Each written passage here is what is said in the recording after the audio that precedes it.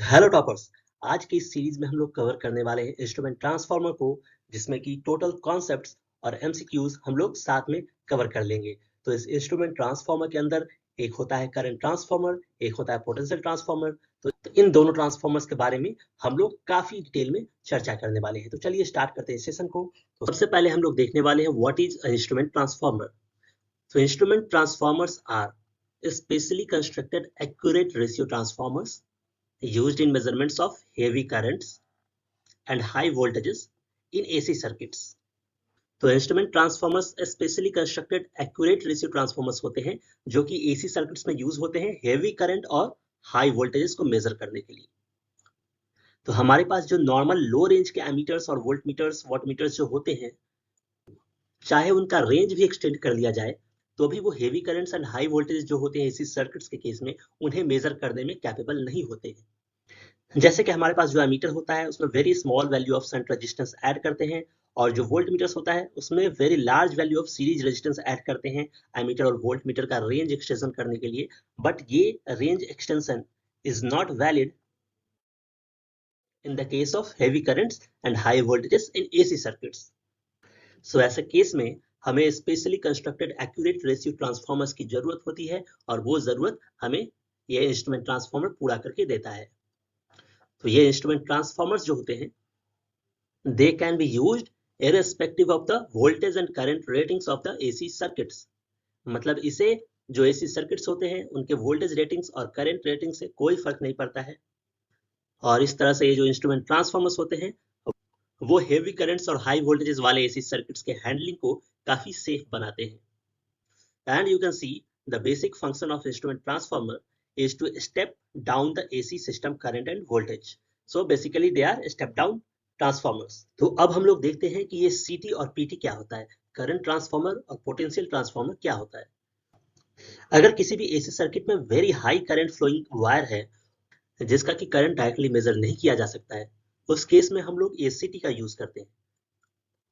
तो इसमें ये होता है कि ये जो करंट ट्रांसफार्मर देख रहे हैं आप, इसे कनेक्ट किया जाता है हाई करंट कैरिंग वायर के थ्रू। तो ये अगर हाई करंट कैरिंग वायर है तो इसके अराउंड ये करंट ट्रांसफार्मर लगाया जाता है, और इस सीटी के टर्मिनल्स से जो वायर्स निकलते हैं, तो इन वायर्स के थ्रू हम लोग नॉर्मल एमीटर से करंट का मेजरमेंट कर पाएंगे, और जो करंट की वैल्यू होगी वो काफी लो होके आएगी, क्योंकि ये जो करंट ट्रांसफार्मर है वो एक स्टेप डाउन ट्रांसफार्मर है। जो एक हायर वैल्यू ऑफ करंट इस मेन वायर में फ्लो कर रही थी उसका एक लोअर वैल्यू ऑफ करंट बना के ये सीटी देगी, and that lower value of the current will be dependent upon the CT ratio। Similarly अगर हम बात करें पोटेंशियल ट्रांसफार्मर की, तो पोटेंशियल ट्रांसफार्मर यूज होता है किसी भी हाई पोटेंशियल वायर के क्रॉस पोटेंशियल निकालना हो, तो ये पोटेंशियल ट्रांसफार्मर उस हाई पोटेंशियल को स्टेप डाउन करता है, and that step down voltage is with respect to PT ratio. तो इस तरह से ये जो सीटी और पीटी है वो केवल नॉर्मल रेंज मीटर्स के रेंज को एक्सटेंड नहीं करता, बल्कि उन्हें आइसोलेट भी करता है हाई करंट्स और हाई वोल्टेजेस एसी सर्किट से। और चूंकि ये ट्रांसफार्मर्स जो होते हैं वो काफी हाईली इफिशिएंट डिवाइसेस होते हैं, तो इस वजह से जो इंस्ट्रूमेंट ट्रांसफार्मर्स हैं they are very low power consuming devices. इनका पावर कंजम्पशन काफी कम है और इनका मेंटेनेंस काफी इजी होता है। तो ये सारे एडवांटेजेस हैं इंस्ट्रूमेंट ट्रांसफार्मर्स के, यानी कि सीटी और पीटी के। तो इन इंस्ट्रूमेंट ट्रांसफार्मर्स के केस में जो मेजरेबल क्वांटिटी होती है, the quantity which is to be measured, that is connected on the primary of the transformer. So primary में हाई वोल्टेजेस या हाई करंट्स वाले सर्किट कनेक्ट होते हैं, और सेकेंडरी में हम लोग कनेक्ट करते हैं नॉर्मल रेंज इंस्ट्रूमेंट्स को। और उसके बाद नॉर्मल रीडिंग्स को लेने के लिए हम लोग सेकेंडरी को रिकैलिब्रेट करते हैं in terms of the primary. तो प्राइमरी के टर्म्स में इस सेकेंडरी इंस्ट्रूमेंट के स्केल को रिकैलिब्रेट करते हैं, ताकि जो प्राइमरी के मेजरमेंट्स है वो यहाँ पे हम लोग रीड कर पाए। तो ये जो सीटी और पीटी आप लोग देख रहे हैं, तो ये जो सीटी होता है, इस सीटी के केस में प्राइमरी के पास केवल एक टर्न होता है, जिसे कि हम लोग बार प्राइमरी भी बोलते हैं। तो ये बस एक ही टर्न इसलिए होता है ताकि हम लोग सेव कर सके अमाउंट ऑफ द कंडक्टर, या फिर एफिशिएंसी को मैक्सिमाइज करने के लिए कॉपर लॉस को मिनिमाइज कर सके, इसलिए यहाँ पे बार प्राइमरी एक ही टर्न का होता है। और सीटी में ध्यान देने वाली एक बात और है कि whenever the primary is excited, this secondary must be always shorted। means whenever the primary is excited, this secondary cannot be open. ये सेकेंडरी ओपन क्यों नहीं होता है? सेकेंडरी शॉर्ट किया जाना क्यों जरूरी है? क्योंकि ये प्राइमरी जो है जितना फ्लक्स बनाएगी, सेकेंडरी उतना ही फ्लक्स अपोज करेगी। लेकिन जब भी सेकेंडरी को अगर ओपन रख देते हैं हम लोग, तो नेट फ्लक्स प्राइमरी का अपोज नहीं हो पाएगा। उस केस में जो इंड्यूस्ड ईएमएफ होता है वो काफी हाई हो जाएगा। तो इंड्यूस्ड ईएमएफ हाई होने से क्या होगा? इंसुलेशन फेलियर हो सकता है। मतलब सेकेंडरी अगर ओपन हुआ तो इंसुलेशन फेलियर का भी चांसेस हो सकता है। तो इसलिए secondary must be always shorted. सीटी के केस में सेकेंडरी ओपन नहीं हो सकता। और इस सीटी के केस में जो प्राइमरी करंट होता है वो सेकेंडरी सर्किट की कंडीशन पर डिपेंड नहीं करता है, वो इंडिपेंडेंट होता है। तो इस केस में जो प्राइमरी का एमएमएफ होगा N1 I1, वो भी आप बोल सकते हो कि वो सेकेंडरी सर्किट के कंडीशन से इंडिपेंडेंट होता है। तो प्राइमरी करंट जो होगा वो इंडिपेंडेंट होगा सेकेंडरी सर्किट के कंडीशंस में इन द केस ऑफ सीटी। वेयर एज अगर हम लोग बात करें पीटी की, तो पीटी में जो सेकेंडरी होता है वो nearly under open circuit conditions में होता है। जो इलेक्ट्रिकल मशीन्स में ट्रांसफार्मर देखते हैं सिमिलरली उसी तरह। और यहाँ पे जो प्राइमरी करंट होता है वो डिपेंड करता है सेकेंडरी सर्किट की कंडीशन पे। तो पीटी वाला केस अलग है और सीटी वाला केस काफी इंपॉर्टेंट हो जाता है। Now let us see what is CT burden. The total load connected on the secondary side of the CT is called CT burden, and it is generally denoted in VA, volt amperes. CT के secondary side में जो load connected होता है, total load including the meter impedance, that is known as the CT burden. जैसा you can see in the circuit, here this load is the CT burden and this is CT. So generally this I square ZE is known as the CT burden. And what is this ZE? यहाँ पे जो ZE है वो क्या होता है? So this ZE is equal to RE plus JXE. Means हम लोग ZE का जो मैग्नीट्यूड निकाल सकते हैं वो होगा root over RE square plus XE square. तो इस ZE में CT का सेकेंडरी रेजिस्टेंस और लीड वायर रेजिस्टेंसेस को इंक्लूड किया गया है। तो यहाँ पे आप एक और कंपोनेंट फाइंड आउट कर सकते हैं, दैट इज बर्डन एंगल, जो कि होता है tan inverse XE upon RE। लेकिन वहीं अगर जो CT बर्डन होता है वो प्योर रेजिस्टिव हो, तो उस केस में ZD जो होगा वो RE के इक्वल हो जाएगा और इस केस में जो बर्डन एंगल होगा वो 0 हो जाएगा, क्योंकि XE का वैल्यू 0 हो जाएगा। क्योंकि प्योर रेजिस्टिव के केस में XE जो होगा वो 0 हो जाएगा। सो इस CT के केस में क्या होता है, जो टर्न्स रेशियो होता है वो होगा NS upon NP, means secondary turns upon primary turns. और CT वाले केस में NS जो होगा सेकेंडरी का टर्न्स जो होगा वो ग्रेटर होगा प्राइमरी के टर्न्स से। लेकिन वही बात अगर हम लोग करें PT की, तो PT में नंबर ऑफ टर्न्स होता है NP upon NS, number of primary turns upon number of secondary turns. और PT वाले केस में NP ग्रेटर होता है, number of primary turns is greater than number of secondary turns. And there are various ratios defined in the instrument transformers. CT और PT के analysis में कुछ terms involve होते हैं, तो अब उन टर्म्स को हम लोग देखने वाले हैं। सबसे पहला टर्म है transformation ratio. So this transformation ratio is defined as the ratio of actual primary phasor to the actual secondary phasor, and that phasor may be either current or voltage. So for CT, this transformation ratio is IP actual upon IS actual, and for PT this transformation ratio is VP actual upon VS actual.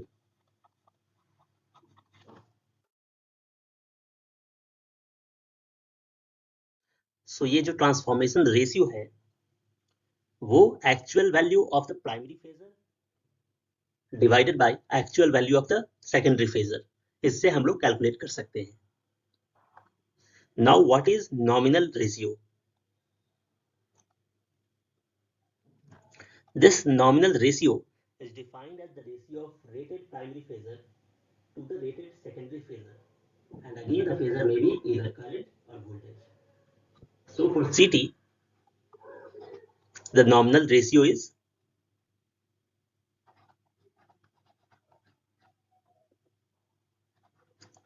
IP rated upon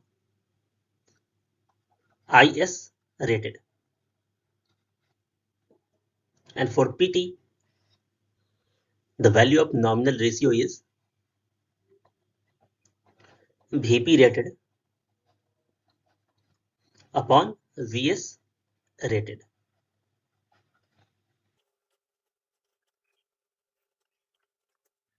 तो ये जो nominal ratio होता है वो rated primary phasor और rated secondary phasor का ratio होता है।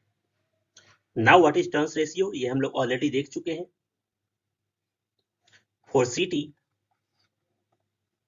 The turns ratio is ns upon np, and for pt this turns ratio is np upon ns. तो हमें अब ये पता हो चुका है कि CT के केस में NS की वैल्यू ज्यादा होती है और PT के केस में NP की वैल्यू ज्यादा होती है। Means number of secondary turns CT के केस में ज्यादा होते हैं और number of primary turns PT के केस में ज्यादा होते हैं। Now the next parameter is ratio correction factor. So this RCF, ratio correction factor, is defined as the ratio of actual transformation ratio. जो अभी हम लोगों ने R फाइंड किया था वो that transformation ratio divided by nominal ratio, that is Kn. So this is the ratio correction factor. And ये जो नॉमिनल रेशियो है, this nominal ratio is indicated on the name plate of a transformer, and this is the transformation ratio. Now the next term is percentage ratio error. तो जो हमारा CT का primary होता है उसमें नो लोड करंट होता है या फिर एक्साइटिंग करंट भी उसको बोल सकते हैं। उस नो लोड करंट के दो कंपोनेंट्स होते हैं, एक होता है कोर लॉस कंपोनेंट और एक होता है मैग्नेटाइजिंग कंपोनेंट। CT के प्राइमरी में जो नो लोड करंट होता है तो उसकी वजह से जो नॉमिनल रेशियो आती है वो थोड़ी सी बढ़ जाती है, तो उस इंक्रीज्ड वैल्यू की वजह से रेशियो एरर देखने को मिलता है हमारे CT में। तो वो हम लोग कैलकुलेट कर सकते हैं इस फॉर्मूले से, nominal ratio minus transformation ratio that is actual ratio upon actual ratio into 100, and which is also equal to Kn upon R minus 1 into 100, and it is also equal to 1 upon ratio correction factor minus 1 into 100. तो आगे के slides में हम लोग equivalent circuit और phasor diagram देखने वाले हैं, तो उससे इस रेशियो एरर का कॉन्सेप्ट और भी ज्यादा क्लियर हो जाएगा। यहाँ पे आप इतना जान सकते हैं कि ये जो रेशियो एरर होता है वो क्यों आता है। जो नॉर्मल करंट ट्रांसफॉर्मेशन रेशियो होता है I2 upon I1, वो नॉर्मल टर्न्स रेशियो के इक्वल होना चाहिए N1 upon N2, लेकिन एक्चुअली ऐसा होता नहीं है। Current ratio is not equal to turns ratio, और वो इक्वल क्यों नहीं होता है? Because of the magnetising and core loss components of exciting current in the primary. और जो ये ट्रांसफॉर्मेशन रेशियो होता है वो सेकेंडरी करंट और पावर फैक्टर की वजह से भी अफेक्टेड होता है। सो इन फैक्टर्स की वजह से ट्रांसफॉर्मेशन रेशियो जो होगा वो कांस्टेंट नहीं हो पाता है और वो डिपेंड करने लग जाता है लोड के करंट पे, power factor of the load पे और exciting current of the transformer पे। तो इस वजह से एक लार्ज एरर इंट्रोड्यूस हो जाता है मेजरमेंट्स में, जो कि रेशियो एरर कहलाता है। Now one more type of error is phase angle error. तो पावर मेजरमेंट्स में ये मस्ट होता है कि जो सेकेंडरी करंट का फेज हो वो एग्जैक्टली 180 डिग्री से डिस्प्लेस्ड होना चाहिए प्राइमरी करंट के कंपैरिजन में. So for CT, it is must that phase of secondary current must be displaced by exactly 180 degrees from that of primary current. Whereas the phase of the secondary voltage must be displaced by exactly 180 degree from that of the primary voltage for PT. मतलब CT के case में जो secondary current होता है वो primary current से 180 degree displaced होना चाहिए, और PT के केस में जो सेकेंडरी वोल्टेज है वो प्राइमरी वोल्टेज से 180 डिग्री डिस्प्लेस्ड होना चाहिए. लेकिन एक्चुअली ऐसा होता नहीं है, इसमें भी कुछ एरर्स देखते हैं. एंड वो एरर कहलाता है phase angle error, by which the phase difference between primary and secondary is different from 180 degrees. So ideally angle between primary current and secondary current should be 180 degrees. Means ideally the phase angle error theta should be 0 degree. But practically what happens, that angle between this primary and secondary currents is less than 180 degrees. That is, these primary and secondary currents are not exactly displaced by 180 degrees. And there is some phase angle error, and that phase angle error is demonstrated by theta. This is the ideal case. Now let us see the equivalent circuit diagram of this CT, current transformer. So this is the equivalent circuit of this current transformer, where this Rp is the resistance of primary winding, Xp is the reactance of primary winding, this I0 is the most important component, and this I0 is no load current or exciting current. उसके बाद इस I0 का दो components है, एक है IC और एक है IM. And this IC is the core loss component, and this IM is the magnetizing component. This EP here is the primary induced voltage, and this ES is the secondary induced voltage.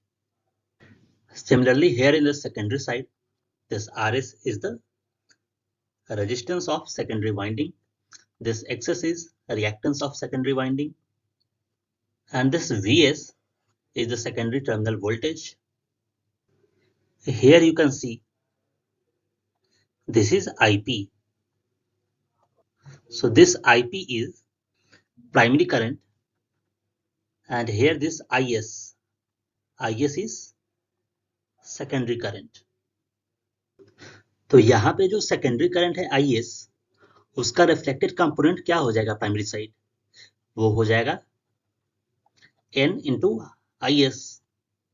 तो अगर आप यहाँ पे देखो तो this NIS is not equal to this primary current. So you can write IP as NIS plus I0. This I0 is the no load current or exciting current.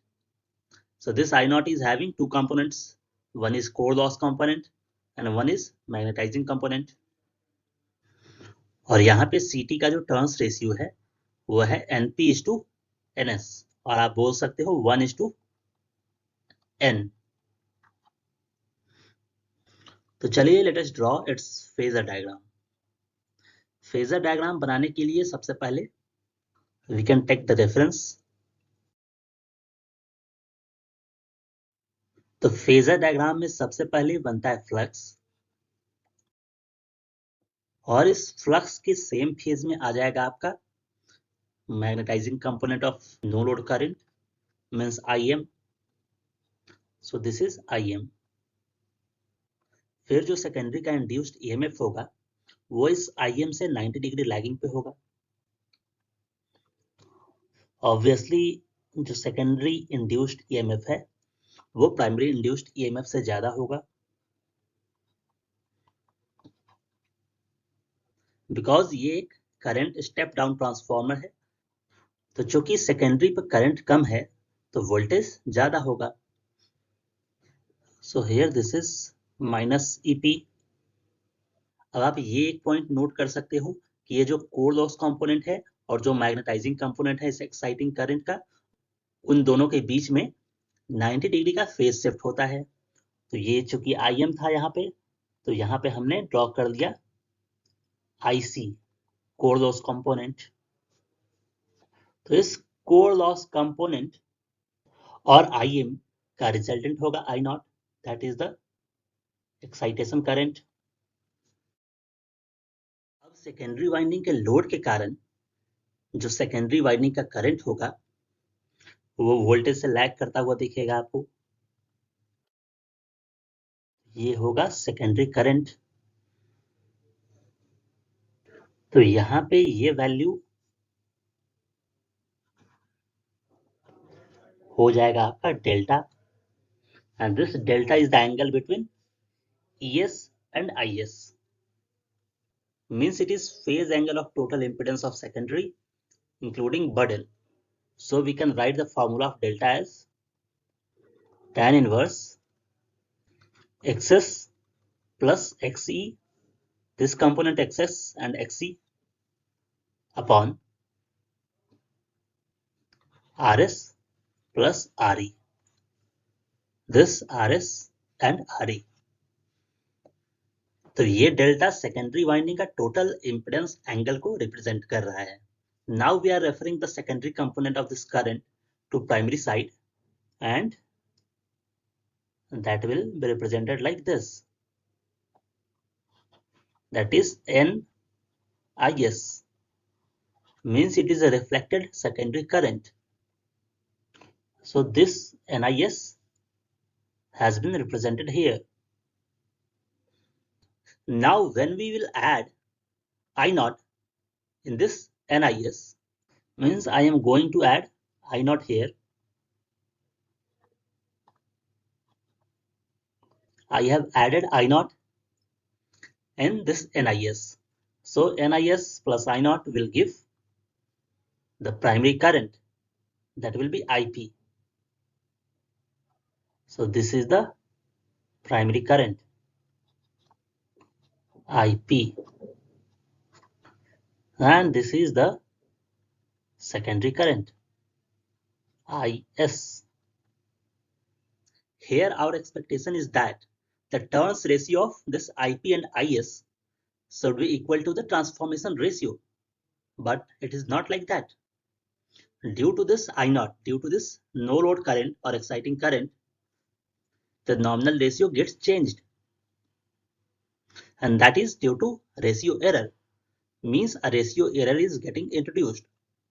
और यहाँ पे हमारी एक्सपेक्टेशन ये भी है कि जो प्राइमरी और सेकेंडरी के बीच में एंगल है वो 180 होनी चाहिए, लेकिन यहाँ पे एंगल कितना है, तो वो 180 नहीं है। तो ये this is happening due two phase angle error. So here you can C theta is the phase angle error. तो ये फेज एंगल एरर इस नो लोड करंट की वजह से दिख रहा है। दिस इज द एंगल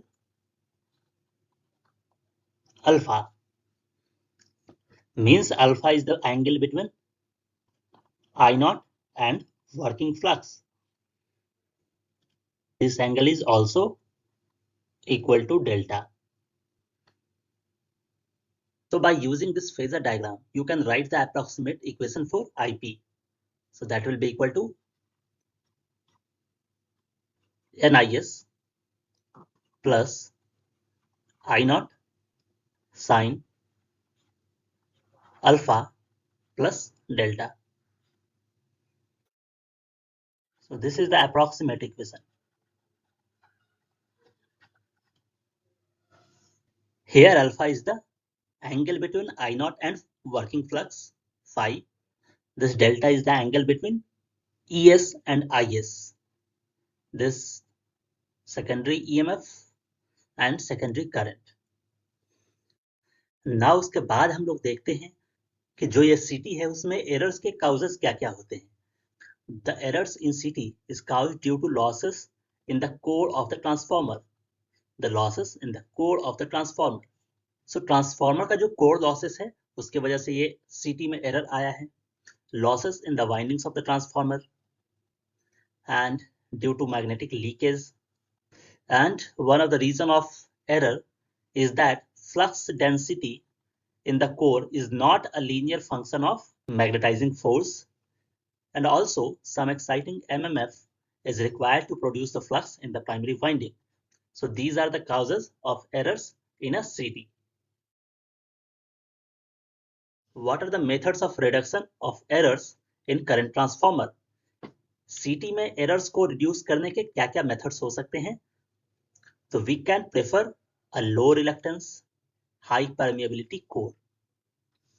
क्योंकि हमारे CT में जो I0 होता है, जो एक्साइटेशन करंट होता है, उसमें IM जो मैग्नेटाइजिंग कंपोनेंट है उसका वो डोमिनेंट होता है. To reduce the magnetizing component of the exciting current, we need to use a low reluctance core.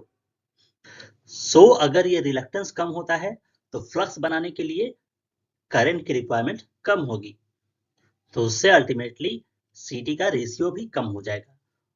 और we can prefer high permeability core, means we can use silicon steel,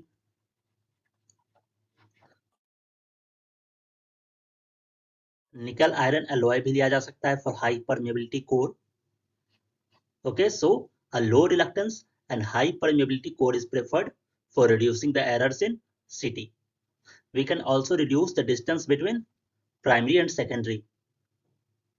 Also, by using the ferrite core, we can reduce both the ratio and the phase angle errors. Errors को reduce करने के लिए हम लोग leakage flux को भी कम कर सकते हैं.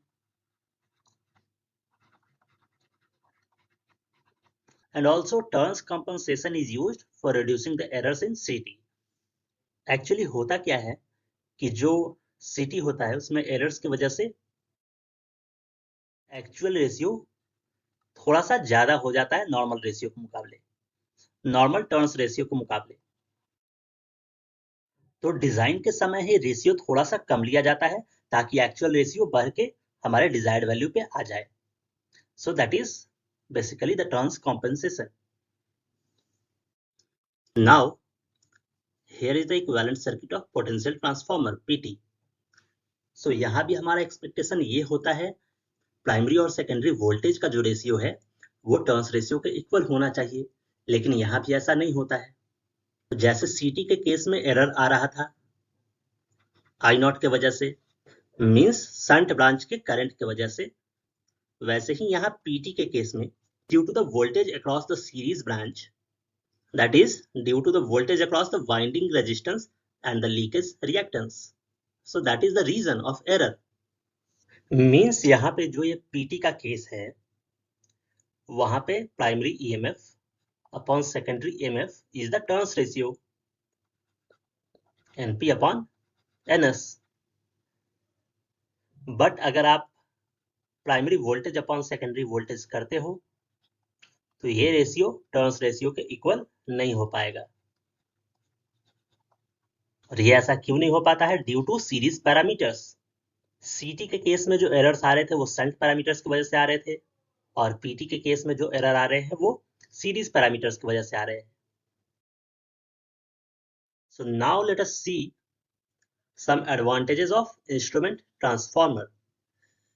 So here by using the instrument transformer हम लोग क्या कर सकते हैं कि नॉर्मल रेंज के जो वोल्टमीटर्स होते हैं या एमीटर्स होते हैं उनको भी यूज कर सकते हैं with these transformers to measure high voltages and currents. Means instrument transformer की हेल्प से हम लोग नॉर्मल रेंज का वोल्टमीटर और एमीटर यूज कर पा रहे हैं हाई वोल्टेजेस और करंट्स को मेजर करने के लिए. And these can be used for operating many types of protective devices such as relays or pilot lights. So ये protecting devices को ऑपरेट करने के भी काम में आता है instrument transformers, and they isolate the measurements from high voltage and current circuits. So they are providing a good safety to the measurement system. And now there is one disadvantage of instrument transformer, that they cannot be used for DC circuits. मतलब instrument transformer DC circuits के लिए use नहीं हो सकता है. They can be used only for AC circuits. Now you can see the difference between the instrument transformer and the power transformer. How this instrument transformer is different from the power transformer. So this instrument transformer is mainly used to extend the ranges while measuring the parameters like voltage, current, power, energy, etc. But the power transformers are mainly used to change the voltage levels in a power system. ये जो instrument transformers हैं वो range extension के काम में आते हैं mainly, और यहाँ पे पावर ट्रांसफॉर्मर जो होता है वो वोल्टेज लेवल्स को चेंज करने के काम में आता है. Now the next point is that the instrument transformer is required to transform very small power. But अगर बात करें हम लोग power transformer की, this power transformer is required to transform a huge amount of power to the load. And the next point is they are basically step down transformers. हम लोगों ने instrument transformer में देखा कि जो CT और PT है वो mainly step down transformers होते हैं, but power transformers step up भी हो सकते हैं और step down भी हो सकते हैं. And in the case of instrument transformers, the accuracy is the main load limitation factor. But in the case of power transformer, the limitation on the load is due to temperature rise. Instrument transformer में temperature rise से related कोई limitation नहीं था, और ये instrument transformer का example आपको पता है सीटी और पीटी, और ये पावर ट्रांसफॉर्मर का एग्जांपल होता है डिस्ट्रीब्यूशन ट्रांसफॉर्मर, और ट्रांसमिशन में यूज किया जाने वाला ट्रांसफॉर्मर, ये सारे पावर ट्रांसफॉर्मर्स हैं. Now it's time for the MCQs. So this is the question: the primary of which type of transformer should never be energized when its secondary is open circuited? Means यहाँ पे ये पूछा जा रहा है कि उस ट्रांसफॉर्मर का नाम बताइए जिसका प्राइमरी कभी भी एनर्जाइज नहीं करना चाहिए जब सेकेंडरी ओपन सर्किटेड हो, मतलब सेकेंडरी ओपन सर्किटेड नहीं होना चाहिए. तो ये होता है आपका करंट ट्रांसफॉर्मर में, means option B current transformer is the right answer. Now next question: the ratio error in CT is attributed to. तो ये जो रेशियो एरर सीटी में है तो वो किसके वजह से है, किस कंपोनेंट की वजह से? Power factor of the primary? नहीं. Leakage flux? नहीं. Exciting current? यस. हमने सर्किट डायग्राम में देखा जो सीटी का शंट पैरामीटर है आई नॉट, उसके वजह से रेशियो एरर आ रहा था, और इस आई नॉट का मेन कंपोनेंट था IM, means magnetizing component of this exciting current. So now next question is the ratio error in CT is attributed to. ये जो रेशियो एरर CT में है वो अब किस वजह से है? इन ऑप्शंस में अब हमें सेलेक्ट करने: power factor of the primary? No. Leakage flux? No. Magnetizing component of the no load current? Yes, this is the right answer. Energy component of the excitation current? No. So here the correct option is option C.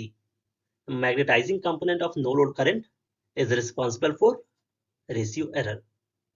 Now next question: primary current in a CT is increased to a very high value. It will cause, मतलब CT में अगर primary current को काफी high value तक increase करते हैं तो उससे रेशियो एरर और फेज एरर में क्या चेंजेस आएंगे? तो चूंकि हमें पता है रेशियो एरर का formula, that is equal to nominal ratio minus actual transformation ratio upon actual transformation ratio into 100. तो प्राइमरी करंट अगर बढ़ाया जा रहा है मींस जो ट्रांसफॉर्मेशन रेशियो है उसको बढ़ाया जा रहा है. So if this transformation ratio is increasing the ratio error will decrease, means reduction in the ratio error. Option C will be the correct answer.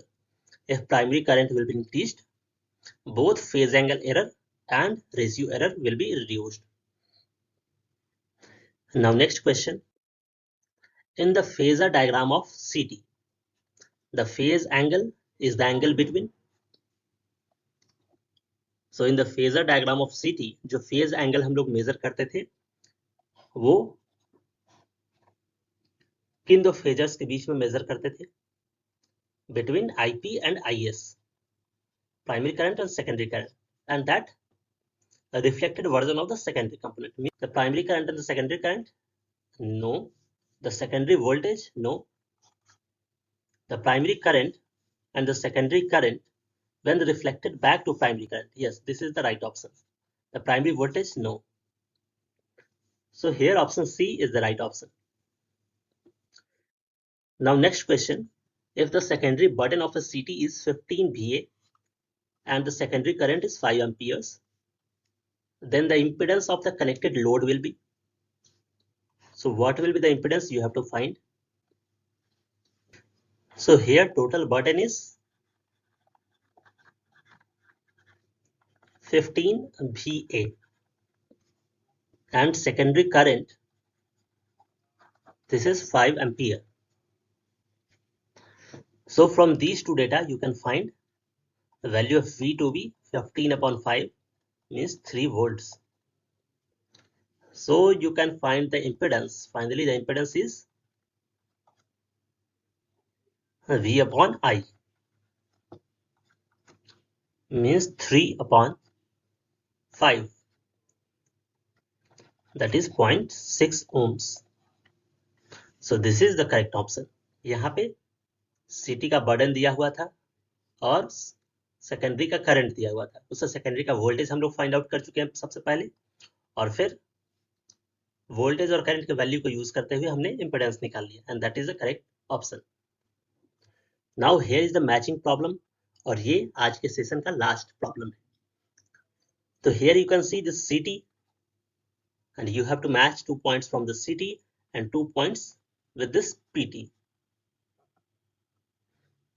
So you know for CT, open circuited secondary is not desirable.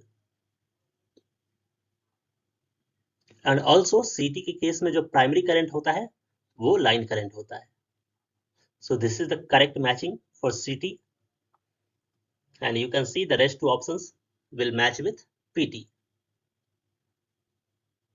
So in case of PT, the primary is connected in parallel to the grid and secondary burden will affect the primary current. So that is all for the today's session. Thank you.